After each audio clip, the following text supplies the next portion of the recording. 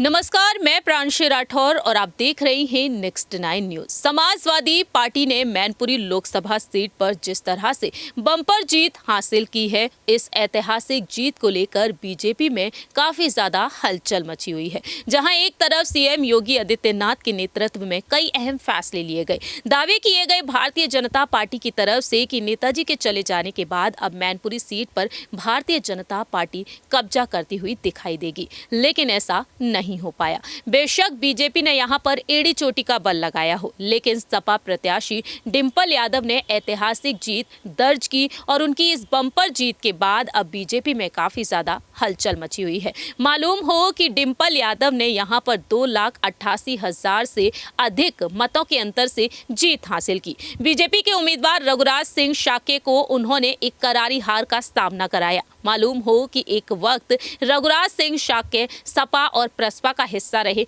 लेकिन आज वह भारतीय जनता पार्टी में है और ऐसे में उन्होंने यही दावा किया, किसान का बेटा हूं, जीत हासिल करूंगा और दिल्ली तक पहुंचूंगा, दिल्ली की सियासत तक पहुंचूंगा, यानी कि लोकसभा सांसद तक यहां पर पहुंचूंगा।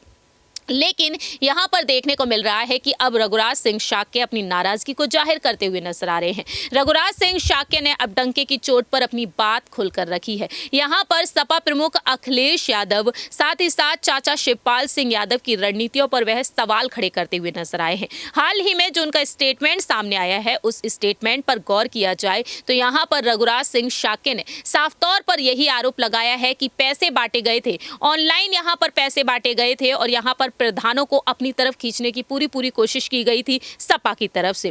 गौर करना चाहेंगे यहां पर उनके उस स्टेटमेंट की तरफ। रघुराज सिंह शाक्य ने अपने स्टेटमेंट में साफ तौर पर यही कहा है, उपचुनाव में हार का सामना करने के बाद हम लोगों ने समीक्षा की, जिन लोगों के खातों में पैसा पहुंचाया गया, उन्होंने बताया कि उनका 200 करोड़ रुपए का पैसा बांटने का टारगेट रहा था, उन्होंने पैसे से चुनाव जीता है। समाजवादी पार्टी ने अपने कार्यकर्ताओं के खाते में ऑनलाइन पैसे भेजे, उन्होंने गांव में एक मुखिया बना दिया और उसी के खाते में पैसे भेज दिए, जिसने सभी गांव में पैसे बांटे। हर गांव में तकरीबन 5 लाख रुपए पहुंचाए गए। इतना ही नहीं, उन्होंने यहां पर यह भी कहा, चुनाव तो इंदिरा गांधी जी भी हारी थी, डिंपल भी हारी थी, तमाम बड़े नेता चुनाव हारे, हारना जीतना तो एक अलग बात हो गई। अब पार्टी का जो आदेश होगा उसका पालन किया जाएगा। हमारे कार्यकर्ताओं ने खूब मेहनत की, आजकल धनबल का युग है।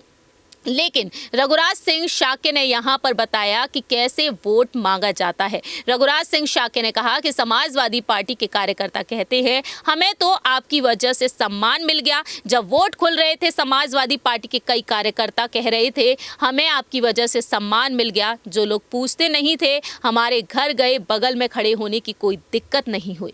इस तरह से यहाँ पर रघुराज सिंह शाक्य ने डंके की चोट पर अपनी बात रखी और उन्होंने यहाँ पर साफ तौर पर यही कह दिया है कि अब यहां पर जीत जिस तरीके से हासिल की गई है, उन्होंने बता दिया कि डिंपल यादव की जीत आखिरकार कैसे हुई है। बहरहाल देखा जाए, यहां पर डिंपल यादव के चलते महिला वोट बैंक को बढ़ावा मिला। साल 1996 से लेकर अब तक यहां पर जीत हासिल करती हुई नजर आई सपा, लेकिन नेताजी के चले जाने के बाद नेताजी की इस विरासत को बचाने में कामयाब हुई है डिंपल यादव। अब साल 2024 के लिए शिवपाल और अखिलेश ने अपनी पार्टी को यहां पर एक कर लिया है। सपा में विलय हो चुकी है, प्रसपा गठबंधन हो चुका है। अब देखा जाए तो लोकसभा चुनाव पर सभी की नजरें टिकी हुई हैं। देखना दिलचस्प होगा कि आखिरकार साल 2024 में किसकी जीत होती है। इस पर आपकी क्या कुछ राय प्रतिक्रिया है, या आप बता सकते हैं कमेंट सेक्शन में। तब तक के लिए आप देखते रहिए नेक्स्ट 9 न्यूज।